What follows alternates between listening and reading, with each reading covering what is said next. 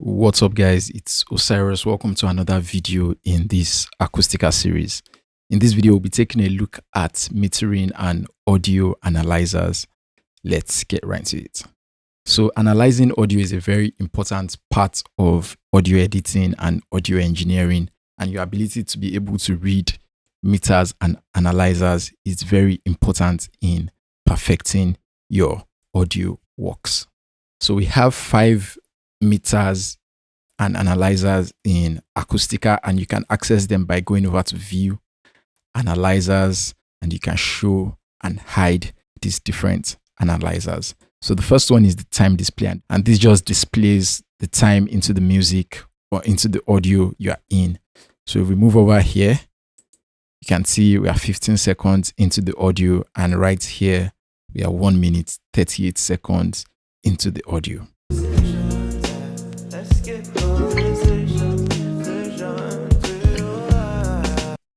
The second meter we'll be taking a look at is the level meter, and the level meter is measured in decibels. So this analyzes how loud or quiet your audio file or your audio recording is.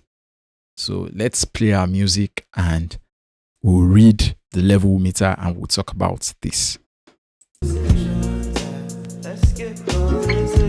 So we can see our music is hitting around -4 decibels. And we can see the highest peak right here. The red line shows the peak in decibels, and the white line shows the peak in RMS. So RMS is another value used to measure loudness. We won't go deep into that, but there are different values used in measuring loudness. All you need to know for now is the level meter measures loudness in decibels.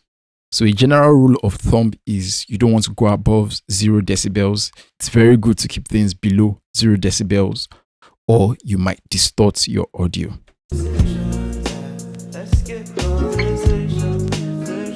So this is a good level, and we have it around -4 decibels. So anytime you want to measure how loud or quiet your audio track is, you can use the level meter.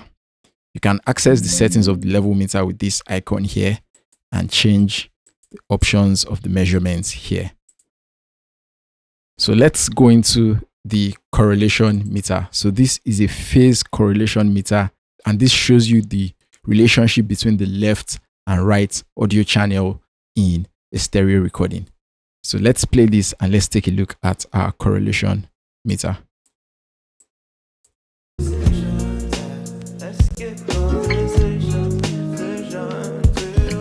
So this vertical line is the center of the meter, and the left side is the left channel, the right side is the right channel.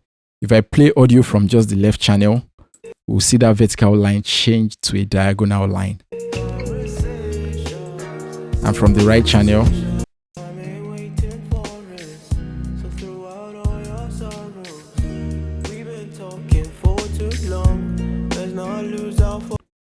in a stereo recording, you see events happening on both the left and right channel, and you see things moving around, and that just shows you have a stereo recording. I'll play a mono recording and we'll see how that looks on our correlation meter. Let's open this and let's play this audio recorded in mono. Or to demand for money, basically, because you took it without permission. So that's how. So you can see this just stays on the vertical line. So this shows that this is a mono recording.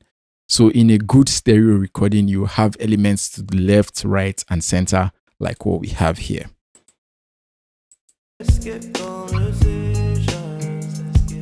And if it's in a vertical line, that means it's a mono audio signal.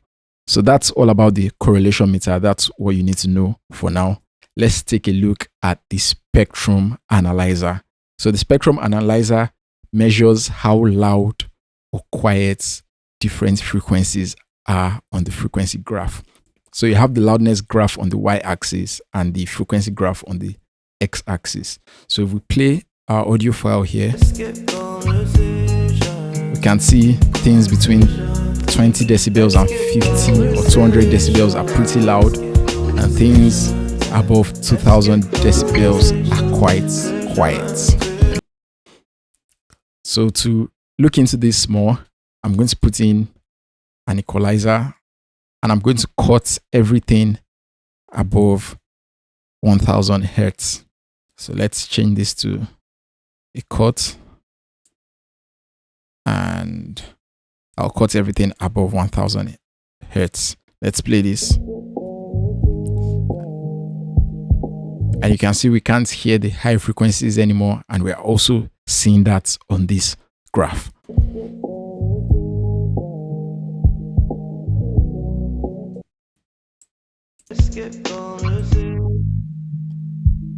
So I can only hear the bass and the kick because they're in the low frequency. And if I make another cut and cut everything above 500 hertz, I won't be able to hear the bass again. So I'll delete this.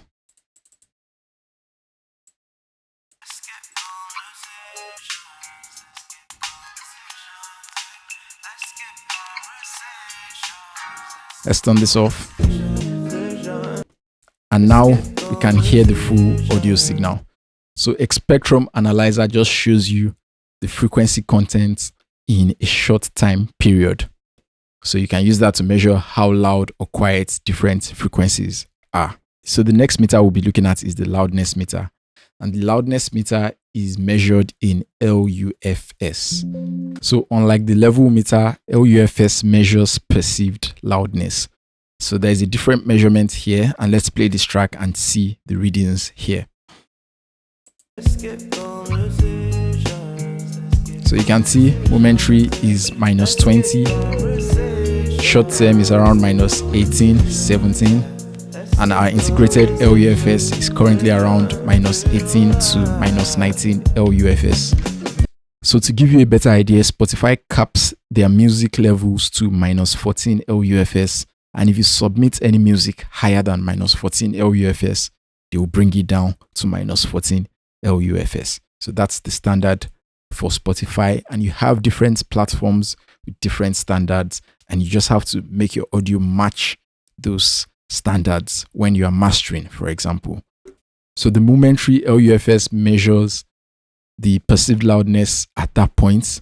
The short-term LUFS measures the perceived loudness within a couple of seconds, and the integrated LUFS measures the loudness of your track from beginning to the end. So it measures the average loudness of your track. So this is what you want to be concerned about when you're done editing and recording your audio. You want to be concerned about your integrated LUFS, as this is what most platforms use in their measurements. The average loudness of your track from start to finish should match what you are targeting.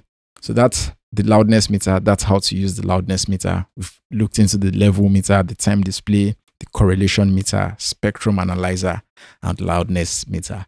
I hope this has given you a basic understanding of audio analysis and metering, and I hope you'll be able to use these tools to help you while editing or engineering audio. So that will be all for today. I hope you enjoyed this video, and I hope you learned something new from this.